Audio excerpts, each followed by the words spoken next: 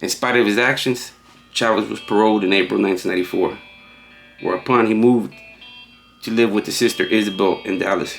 According to her and his parole officer, he appeared to have changed for the better.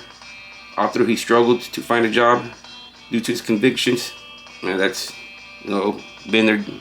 It's a nasty feeling, man, when you go to temp services or anywhere that you gotta fill out an application, and sometimes you want to lie, but there's no point in lying because they're gonna run a background, and off the top they're gonna say, "Oh, you lied on it," so they're gonna tell you. So you gotta put it on there, man. You just gotta take your chances. But it's a nasty feeling when they put you at the bottom of the pile.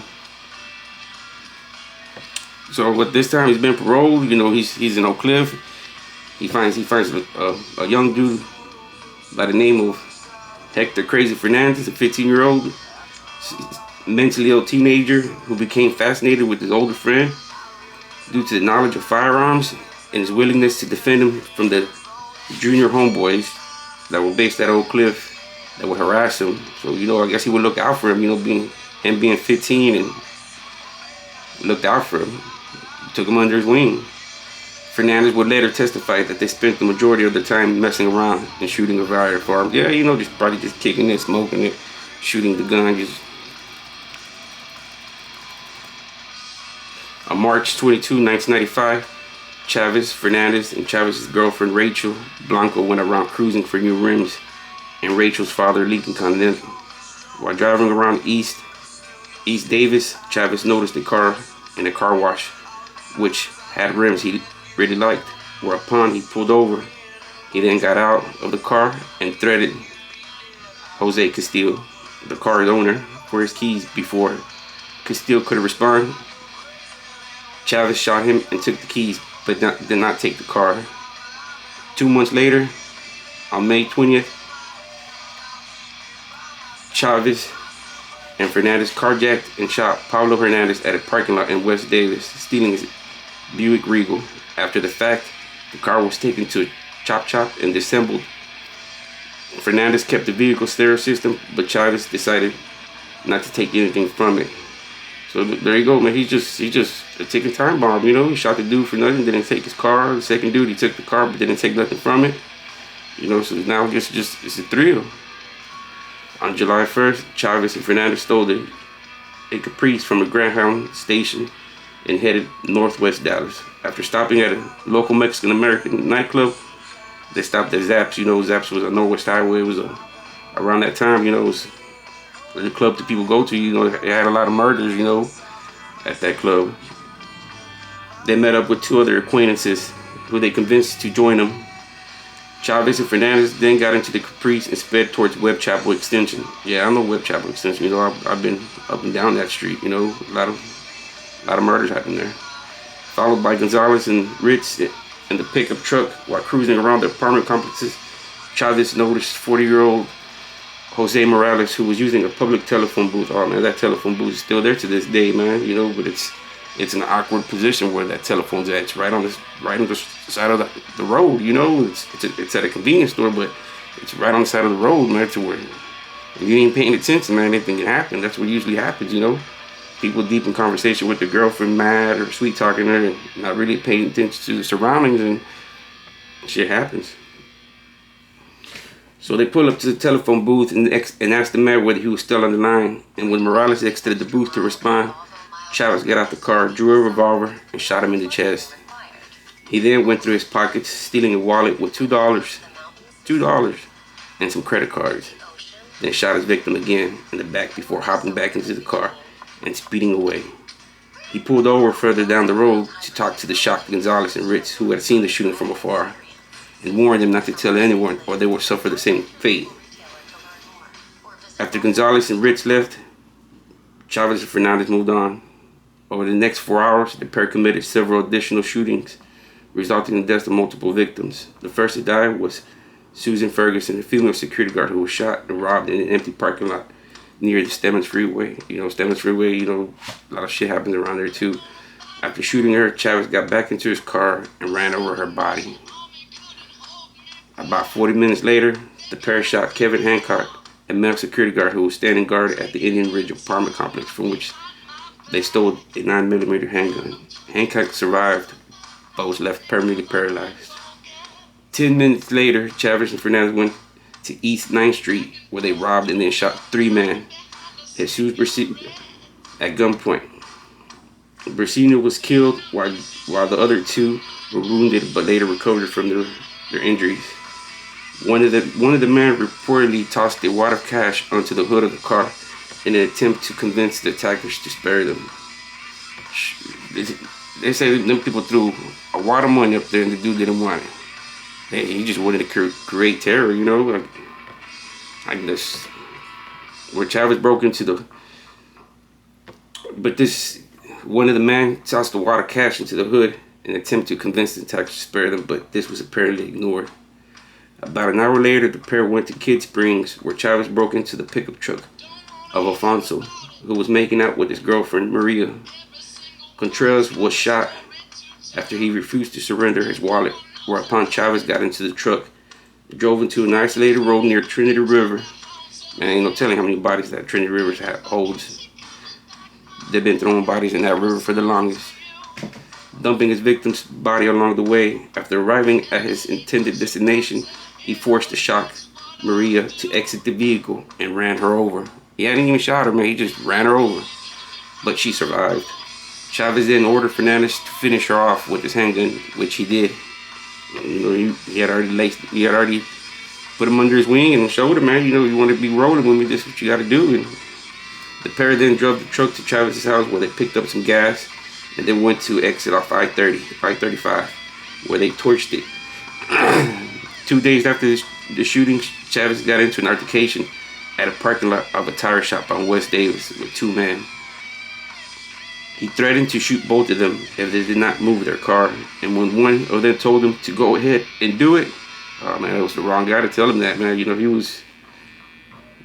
he'd been laying bodies all morning long. Chavez got his gun out and killed both.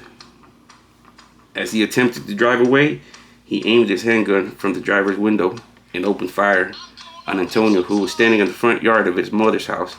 That guy was just out there witnessing, you know, just he got struck and he died from his injuries, you know, just being out there, just being at the wrong place at the wrong time. You know, he was just probably just heard the gunshots and see what was going on, and that was the man's last day. The final attack occurred on July 23, when July Carlos was shot and killed during carjacking. And take in mind, all this taking place in a matter of 4 or 3 weeks. It lasted about couple of months. The sudden and seemingly random spate of killings greatly horrified the community, and local police were pressured into solving the case as fast as they could. The investigation faced difficulties from the beginning, as at the time most of the incidents were thought to be unrelated to one another. As a result, 4 men in total were detained on suspicion of committing the crimes, but all of them would later be released. 2 of them, 21-year-old Michael and Luis, would spend 3 months behind bars prior to being released. So they picked up 4 people, man, thinking that it was art, but in reality, it was just these 2 guys doing all this. They were probably doing something on the side too. You know, they're probably doing their crimes too, but they weren't doing the crazy crimes that Chavez and Fernandez were doing. Fernandez was eventually questioned as the 5th suspect in the case, and after initially refusing to talk, he confessed to detectives that he and his friend were responsible for the murders. So I guess he snitched, you know, but then again, you know, the dude was 15, 16 years old. You know, he didn't know, man. They say he was kind of down syndrome or something, mentally ill. In exchange for being granted witness immunity, Fernandez explained in detail how most of his killings were conducted, stressing that while some of the victims were indeed robbed, Chavez usually discarded the stolen items and seemed to carry out the killings for pure enjoyment. He also claimed that Chavez frequently berated poor Mexican immigrants and called them wetbacks. See, there we go. You know, that's why they don't tend to like us either. You know, or if you're born here, you know, Mexicans from Mexico tend not to really like us. It's vice versa type of feeling. But I don't know why. You know, we are all Mexicans at the end of the day, but so be it. After Chavez was arrested and his house was searched, authorities found multiple loaded weapons, including a .38 revolver, which was later identified as the weapon used in at least 6 of the shootings. Because of this, he was charged with several counts of murder and held on $600,000 bond to await trial. During this time, Fernandez was placed in protective custody as there were fears that Chavez's acquaintance might hire him. At the time, Chavez's killing spree was described as most prolific in Dallas history. Well, yeah, Fernandez had to go to protective custody. The other dude was, depending on the good standings of what he was in his family, he was out here. It's not like he was out here putting work for the family, saying, hey, I'm putting work for the family. So that's another thing. They might, it's like you're loose candy, man. You're doing upon this. There ain't nobody telling you to do none of this. And if you're doing this, you're not bringing nothing back. So apparently they're not sending him to do these missions.